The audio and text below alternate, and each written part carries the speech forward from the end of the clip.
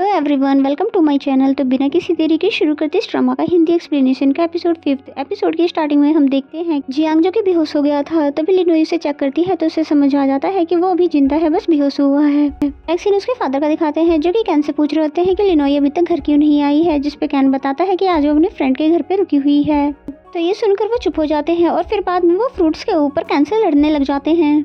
And then next scene हमें next morning का दिखाया जाता है, जहाँ पर जैसे जियांग की आँख खुलती है तो अपने सामने लिनोई को देखकर सरप्राइज हो जाता है।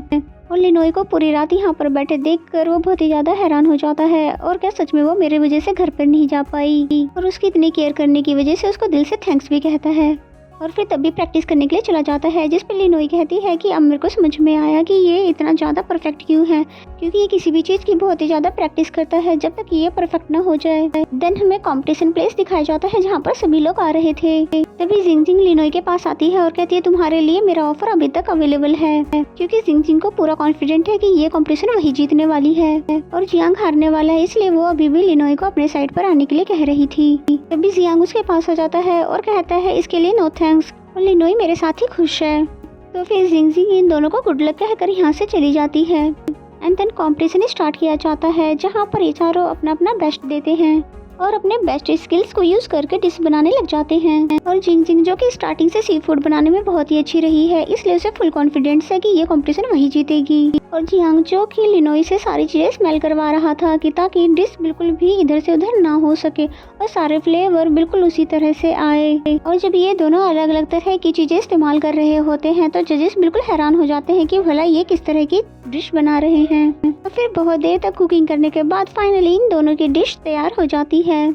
और तभी बारी आई टेस्टिंग की, जब तीनों जजेस ने जिंजिंग की बहुत ज्यादा तारीफ कर दी, जिसकी वजह से जिंजिंग को लगता है अब तो मैं ही जीतूंगी। फिर बारी आती है जियांग की, जिसकी डिश टेस्ट करने पर वो भी डिश उन लोगों को बहुत ही ज्यादा पसंद आती है। और जजेस पूछने लग जाते हैं कि आपने इस ग्रीन सॉसेस को कैसे बनाया है, जिसपे जियांग ने बताया कि सी फूड की इंग्रेडिएंट्स की वजह से। और उसे याद आता है कि ये आइडिया तो मुझे लिनोई ने ही बताया था, तभी तो डिश सबसे अलग और परफेक्ट बनी है। एंड देन जिसके बाद बारी आई वोटिंग की, तो पहला वोट तो जिंगजिंग को मिलता है और सेकंड वोट जियांग को। फिर बारी आई थी तीसरे वोट की, जो देखने के लिए सभी की सांसें थम गई थी, और वो वोट जियांग को मिल जाता है और उसे विनर घोषित कर दिया जाता है। तो ये सुनकर लिनोई बहुत ही तेज से चिल्लाती है और टाइटली जियांग को हक कर लेती है, और उसे इतना ज्यादा खुश देखकर जियांग भी यहाँ पर स्माइल करने लग जाता है। और ये मोमेंट इन दोनों के लिए बहुत ही ज्यादा स्पेशल बन जाता है, जबकि जिंगजिंग तो बहुत ही ज्यादा उदास हो जाती है और फिर रूल्स के अकॉर्डिंग अपना नाइफ जियांग को दे देती है। और तभी हमें एक मिस्टीरियस सी लड़की को दिखाते हैं जो कि ये चीजें ऑनलाइन देख रही थी, लेकिन जियांग के जीतने से उसको बिल्कुल भी खुशी नहीं होती। और ये लड़की हर कंपटीशन जियांग का देखती है, और जियांग जब जब जीतता है तो इस लड़की को बहुत ही ज्यादा गुस्सा आता है। एंड देन नेक्स्ट सीन में हम देखते हैं कि लिनोई जो कि जिंगजिंग को उदास खड़ा देखकर बिल्कुल भी उसको अच्छा नहीं लग रहा होता है। तब जियांग ने उसे समझाया कि ये कंपटीशन है और इसमें ऐसा ही होता है, और इसमें कई बार तो हम खुद से ही चैलेंज कर देते हैं, नहीं तो हमें नेशनल कंपनी जो कहती है वही करना पड़ता है। तभी हम टॉप शेफ की लिस्ट में बने रहते हैं। तो ये सुनकर लिनोई चुप हो जाती है, और फिर ये दोनों बात करते हुए यहाँ से साथ में ही चले जाते हैं। एंड देन नेक्स्ट सीन में हम देखते हैं नेक्स्ट मॉर्निंग का सीन, जहाँ पर जियांग और लिनोई दोनों ही बहुत ज्यादा क्लोज थे और साथ में वर्क कर रहे थे। और यहाँ पे किसी पार्टी की प्रिपरेशन हो रही है, यानी कि जियांग के होटल को इसकी जिम्मेदारी मिली है। सॉन्ग फैंग से डिस्कस करता है कि क्या इन दोनों के बीच में कुछ चल रहा है, जिससे फैंग कहता है कि हाँ शायद मुझे भी कुछ ऐसा ही लग रहा है, जो कि सॉन्ग को सुन के तो बिल्कुल भी अच्छा नहीं लगता। और फिर तभी यहाँ पर पार्टी के मेन गेस्ट आ जाते हैं, जो कि जियांग के ग्रैंडपा है, जिन्हें देखकर जियांग बिल्कुल भी खुश नहीं हुआ, जिन्हें देखकर वो जाने लगता है। तभी लिनोई से पूछती है कि क्या हुआ, आपको स्पीच नहीं सुननी क्या, जिसपे जियांग ने कहा नहीं, और तुम भी इस बकवास को नहीं सुनोगे, और फिर जबरदस्ती इसको अपने साथ ले गया। वही ग्रैंडपा जो कि स्पीच के दौरान एक फेमस शेफ को इंट्रोड्यूस कर पाते हैं और बताने लगे कि मैं अपने होटल का ग्रैंड शेफ अपनी ग्रैंड डॉटर सूजी को बना रहा हूँ, जो कि आज ही अब्रॉड से वापस आई है। तो ये सुनकर सभी लोग क्लैपिंग करने लग जाते हैं, जिसके बाद हमें सूजी को दिखाया जाता है, और ये वही लड़की है जो कि जियांग की हर कॉम्पिटिशन को ऑनलाइन देखती है। दूसरी तरफ हमें जियांग और लिनोई को साथ में जाते हुए दिखाया जाता है। तभी वहाँ पर जियांग का कज़न यान आ जाता है, जो कि उन्हें रोकते हुए जियांग से कहता है कि सूजी अब्रोड से वापस आ चुकी है। तो ये सुनकर जियांग बहुत ही ज़्यादा हैरान हो जाता है और फिर जैसे ही टर्न होता है तो सूजी उसे ही देख रही थी, जो कि इसे हाई करती है। पर लिनोई को तो कुछ भी समझ नहीं आ रहा था कि आखिर ये लड़की है कौन। कि तभी उसे कॉल आती है, जिसे अटेंड करने पे उसे पता चलता है कि उसके फादर मिसिंग है। और ये बात सुनकर वो बहुत ही ज्यादा हैरान हो जाती है, इसलिए जियांग से छुट्टी लेकर तुरंत यहाँ से चली जाती है और जियांग भी उसके पीछे जाने लगता है। तभी यांग उसे रोक लेता है और बोलता है, क्या तुम्हें सूजी से नहीं मिलना? कम से कम उसे कांग्रेट्स तो कहो, क्योंकि अब वो हेड शेफ है। लेकिन जियांग रुकता नहीं, बल्कि लिनोई के पीछे पीछे चला गया। तो ये देखकर सूजी बहुत ही ज्यादा उदास हो जाती है। एंड देन नेक्स्ट सीन में लिनोई को दिखाते हैं, जो कि हर जगह पर अपने फादर को ढूंढ रही होती है, लेकिन उसके फादर कहीं भी नहीं दिखते, इसलिए वो और भी ज्यादा परेशान हो जाती है। तभी जियांग ने उसे आवाज दी और अपनी कार में बैठने के लिए कहा। लिनोई कार में बैठ गई। फिर ये दोनों उस जगह पर जाने लगे जहाँ पर लिनोई पहले रहा करती थी, लेकिन उसे अभी समझ नहीं आ रहा था कि उस जगह पर अपने फादर को कहाँ पर ढूंढे। और लिनोई की ऐसी हालत देखकर जियांग गाड़ी रोक देता है और फिर कुछ खाने का सामान लेकर आता है और फिर उसको अपने हाथों से खिलाने लगता है, ये बोलकर कि पहले तुम थोड़ा रिलैक्स हो जाओ और फिर ये सोचकर बताओ कि तुम्हारे फादर कहाँ पर जा सकते हैं। जिस पे लिनोई सोचने लग जाती है और फिर सोचकर बताती है कि आज फ्राइडे है, इसका मतलब मेरे फादर जरूर चाइल्ड केयर हेल्थ सेंटर गए होंगे। एंड देन नेक्स्ट सीन में ये दोनों फौरन से वहाँ पर आ जाते हैं और फिर सिक्योरिटी गार्ड से लिनोई ने अपने फादर के बारे में पूछा।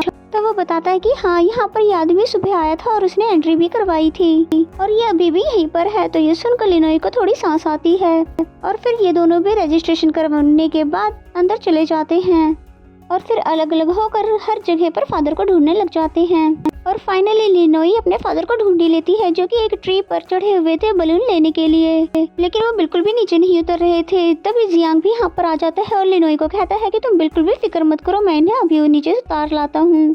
और फिर खुद भी ट्री पर चढ़ जाता है और फादर से हाथ पकड़ने के लिए बोलने लगता है, लेकिन वो इसकी सुनते ही नहीं है। लेकिन जैसे ही गिरने वाले थे तभी जियांग उनकी हाथ को पकड़ लेता है, जिसकी वजह से उनको तो कोई भी चोट नहीं आती, लेकिन जियांग की शोल्डर पे तो बहुत ही गहरा चोट आ जाता है। लिनोई अपने फादर से पूछती है कि क्या आप ठीक हो, लेकिन उसके फादर तो उसको पहचान ही नहीं रहे थे, क्योंकि उन्हें सब कुछ भूल जाने की बीमारी है। और फिर बताने लगे कि ये बलून मैंने अपनी बेटी के लिए लिया है, जो कि अभी बहुत ही ज्यादा छोटी है। और फिर जैसे ही जाने लगते हैं तो लिनोई उन्हें टाइटली पकड़ लेती है और ये बोलती है कि डैड, मैं ही आपकी बेटी लिनोई हूँ। वही जियांग भी बहुत ज्यादा खुश हो रहा होता है उसके फादर को ढूंढकर और इन दोनों को साथ में देखकर। एंड देन हमें घर का सीन दिखाया जाता है, जहाँ पर कैन भी अंकल की इस कंडीशन के बारे में सुनकर बहुत ही ज्यादा हैरान हो जाता है और फिर पूछने लगा, क्या सच में मिस्टर जियांग ने तुम्हारी हेल्प करी थी? पर तुमने तो कहा था वो बहुत ही ज्यादा रूड है।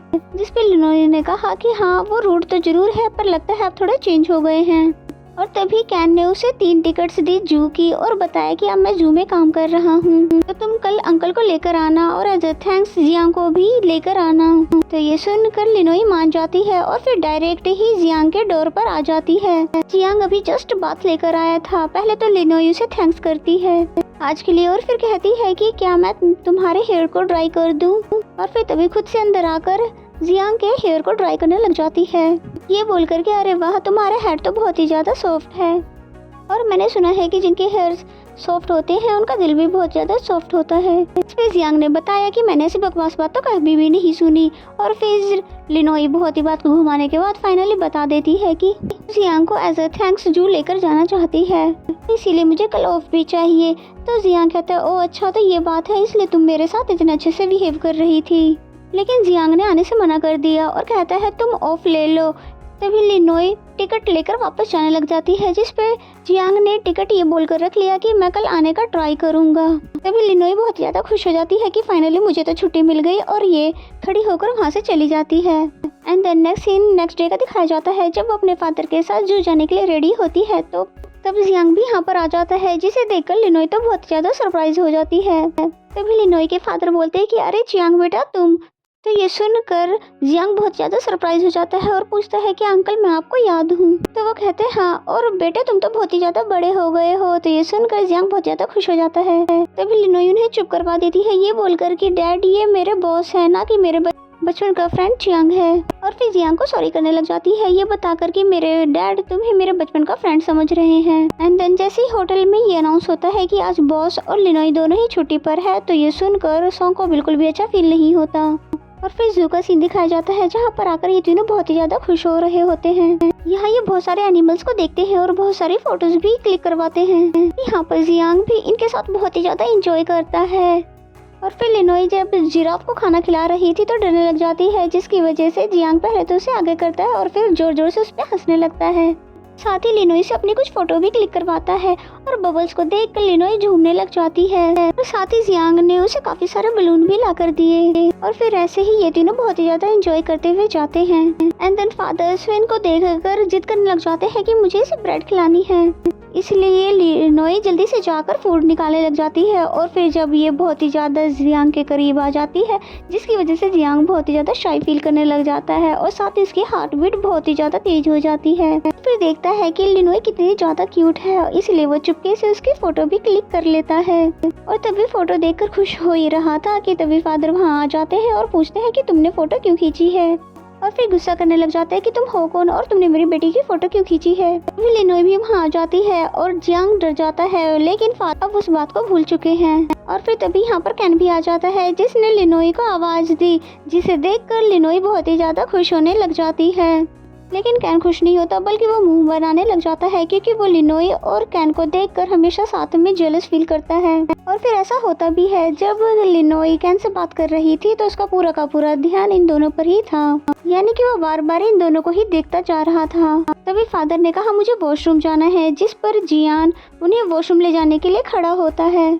लेकिन फादर ने यहीं पर अपना कंट्रोल खो दिया, यानी कि ये सब देखकर वहाँ पे सभी लोग हैरान हो जाते हैं। बच्चे शोर करने लग जाते हैं कि देखो ये अंकल कितने ज्यादा बड़े हैं, फिर भी इन्होंने क्या कर दिया है। तभी लिनोई भी यहाँ पर आ जाती है और जियांग अपने जैकेट से अंकल को कवर करने लग जाता है। और सभी लोग इस मोमेंट की पिक्चर्स ले रहे थे, जिसे देखकर जियांग बहुत ही गुस्से में चिल्लाता है और भगा देता है।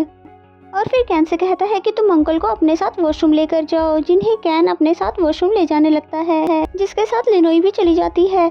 फिर जियांग बेंच पर पानी डालता है और उसे क्लीन करने लग जाता है। और जियांग को ऐसा करता देखकर लिनोई बहुत ही ज़्यादा सरप्राइज हो जाती है कि जियांग किस तरह से उसके फादर के लिए इतना ज़्यादा कर रहा है, जबकि स्टार्टिंग से उसने जियांग को हमेशा विलन की तरह ही देखा है। और फिर इसी सीन के साथ ये एपिसोड यहीं पे ख़त्म हो जाता है। तो मेरा एक्सप्लेनेशन अगर आपको अच्छा लगता है तो वीडियो को लाइक करें। तो मिलते हैं नेक्स्ट एपिसोड में, तब तक के लिए bye bye and take care.